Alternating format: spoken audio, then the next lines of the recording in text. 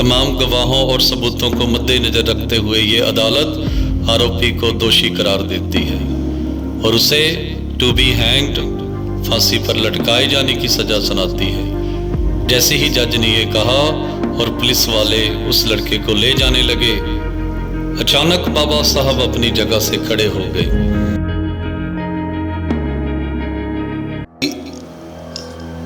आइए जानते हैं बाबा साहब ने कैसे एक मरते हुए इंसान को बचाया, जिसे फांसी की सजा मिल चुकी थी, कैसे बचाया उसे। मुंबई की एक सुबह, शहर अपनी रोजमर्रा की जिंदगी में व्यस्त था, लेकिन इसी शहर की एक अदालत में कुछ ऐसा होने वाला था जिसकी चर्चा लंबे समय तक की जाने वाली थी। हाथ में कानून की फाइलें और किताबें लिए एक व्यक्ति अदालत की ओर बढ़ रहा था। शांत चेहरा, गंभीर आंखें और आत्मविश्वास से भरी चाल बैठे बाबा साहेब डॉक्टर भीमराव अंबेडकर जी। कहा जाता है अदालत में उन्हें बैठने के लिए भी आसानी से जगह नहीं दी जाती थी। ताने और अपमान उनके रास्ते में आते रहे, लेकिन बाबा साहेब ने अपना जवाब बहस से नहीं, अपने ज्ञान और काम से दिया। एक दिन की बात है, बाबा साहेब अदालत के बाहर अपने काम में व्यस्त थे।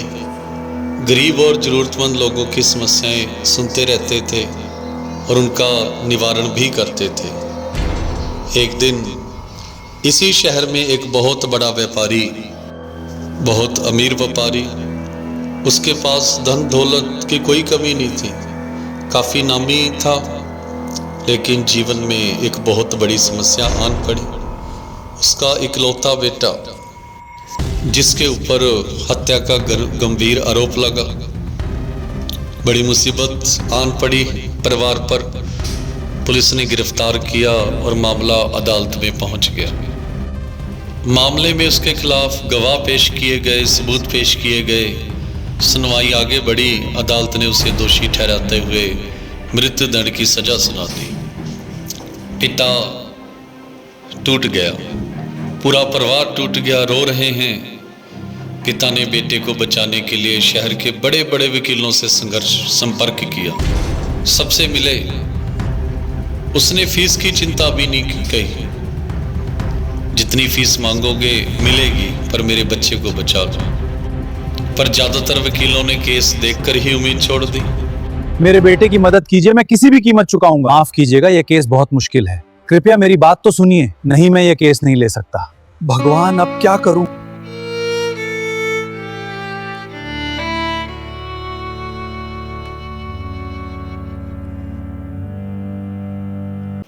फिर वो आखिरी उम्मीद लेकर उसी अदालत के बाहर, जहां बाबा साहेब अपने काम में लगे रहते थे, उसने अपनी आखिरी उम्मीद उनके सामने रखी और बाबा साहेब ने बिना जल्दबाजी के फाइल अपने हाथ में ली और उसे पढ़ना शुरू किया। बाबा साहेब हर पन्ने को ध्यान से पढ़ रहे थे, आरोप, गवाहों के बयान और अदालत का आदेश। वे हर शब्द को समझने की कोशिश कर रहे थे। कुछ समय बाद उन्होंने फाइल बंद कर दी और कहा, मैं ये मुकदमा लड़ूंगा। सेठ को कुछ तसल्ली हुई। सुनवाई का दिन आया। अदालत लोगों से भरी हुई थी। सरकारी पक्ष को पूरा विश्वास था कि मामला उनके पक्ष में है, लेकिन बाबा साहेब बिल्कुल शांत बैठे थे। बाबा साहेब ने मामले के तथ्यों के साथ साथ फैसले की कानूनी भाषा पर भी ध्यान दिया। उन्होंने अदालत को समझाया कि कानून में इस्तेमाल किया गया प्रत्येक शब्द महत्वपूर्ण होता है। किसी आदेश की व्याख्या केवल भावनाओं से नहीं, बल्कि उसके वास्तविक कानून अर्थ के आधार पर होनी चाहिए। बाबा साहेब की दलील सुनकर अदालत में सन्नाटा छा गया। जज ने फैसले की प्रति दोबारा देखी, एक एक पेज दोबारा देखा। कानून की किताबें मंगवाई गई। हर कोई यह जानना चाहता था बाबा साहेब ने आखिर ऐसी कौन सी कानूनी बारीकी पकड़ ली, ऐसा कौन सा इसमें पॉइंट पकड़ लिया जो इस अदालत में गलती हुई है। जो लोग बाबा साहब का मजाक उड़ाते रहते थे, आज वही लोग चुप थे और जानना चाहते थे कि बाबा साहब ने इस जो केस खत्म हो चुका था उसमें क्या ढूंढ लिया। बाबा साहब के चेहरे पे ना घमंड था, ना बदले की भावना। उनके सामने केवल एक ही लक्ष्य था, कानून के आधार पर न्याय। अंग्रेज जज ने पूछा कि डॉक्टर अंबेडकर, क्या आप कुछ कहना चाहेंगे, बचाव में कोई दलील पेश करना चाहेंगे? पूरी अदालत को उम्मीद थी बाबा साहब बोलेंगे, बहस करेंगे, लंबी चौड़ी बहस। लेकिन बाबा साहब ने जो कहा सबको चौंका दिया। बाबा साहब शांत सबर में बोले, नहीं ऑनर, मुझे कोई दलील नहीं देनी, आप अपना फैसला सुनाइए। मिस्टर आम्बेडकर, क्या आप अपने मुवक्किल के बचाव में कोई दलील पेश करना चाहते हैं? नहीं योर ऑनर, मुझे कोई दलील नहीं देनी, आप अपना फैसला सुनाएं। कोई दलील नहीं? आप सुनिश्चित हैं? हाँ योर ऑनर। सेठ का दिल बैठ गया, परिवार की आंखों में आंसू कि ये क्या हो गया, हम तो बड़ी उम्मीद लेके आए थे। वैसे सोचने लगा कि इसने मुझे धोखा दिया है, ये तो केस लड़ ही नहीं रहे। जज भी हैरान थे, लेकिन उन्होंने पुरानी दलीलों के आधार पर अपना फैसला सुनाया। जज ने कहा, तमाम गवाहों और सबूतों को मद्देनजर रखते हुए ये अदालत आरोपी को दोषी करार देती है और उसे टू बी हैंग्ड, फांसी पर लटकाए जाने की सजा सुनाती है। जैसे ही जज ने ये कहा और पुलिस वाले उस लड़के को ले जाने लगे, अचानक बाबा साहब अपनी जगह से खड़े हो गए। उनकी गूंजती ही आवाज ने एक बार फिर अदालत में सन्नाटा ला दिया। बाबा साहब बोले, ठहरिए योर ऑनर, बस इतना ही। जज ने पूछा, क्या मतलब है आपका मिस्टर अंबेडकर? बाबा साहब ने कानून की किताब की तरफ इशारा करते हुए कहा, योर ऑनर, आपने मेरे मुवक्किल को टू बी हैंड की सजा दी है, लेकिन आपने यह नहीं कहा कि उसे तब तक लटकाया जाए जब तक उसकी मौत ना हो जाए।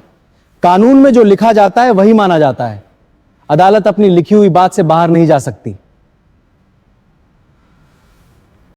योर ऑनर, आपने मेरे मुवक्किल को सजा सुनाई है टू बी हैंग्ड, यानी फांसी पर लटकाया जाए। मुझे यह सजा मंजूर है, आप इसे अभी फांसी पर लटका दीजिए।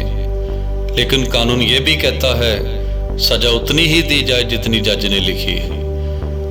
आपने अपने फैसले में यह कहीं नहीं लिखा कि फांसी पर तब तक लटकाया जाए जब तक उसकी मौत ना हो जाए। आपने सिर्फ लटकाने की सजा दी है, मौत की नहीं। बाबा साहब का यह तर्क सुनते ही पूरी अदालत में बैठे सब हैरान हो गए।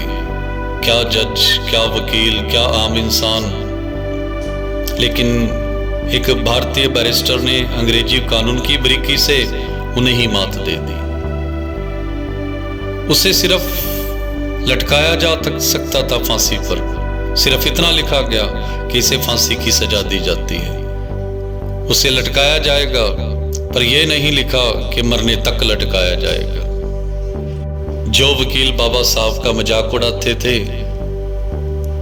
आज वो बाबा साहब की तरफ बड़े मान सत्कार से देख रहे थे। उनके भी शर्म से सर झुक गए। कुछ देर पहले जो सेठ बाबा साहब पे शक कर रहा था, बुरा भला कह रहा था, उसके पांव में गिरने वाला था। आंखों में आंसू थे, खुशी थी कि बाबा साहब ने उसके बच्चे की जिंदगी बचा ली। तो दोस्तों, ये थे बाबा साहब, ज्ञान में माहिर, दिमाग में माहिर, और अपने ज्ञान और दिमाग से, शांत स्वभाव से एक बच्चे की जिंदगी बचा ली। एक माँ और पिता का बेटा उन्हें वापस कर दिया।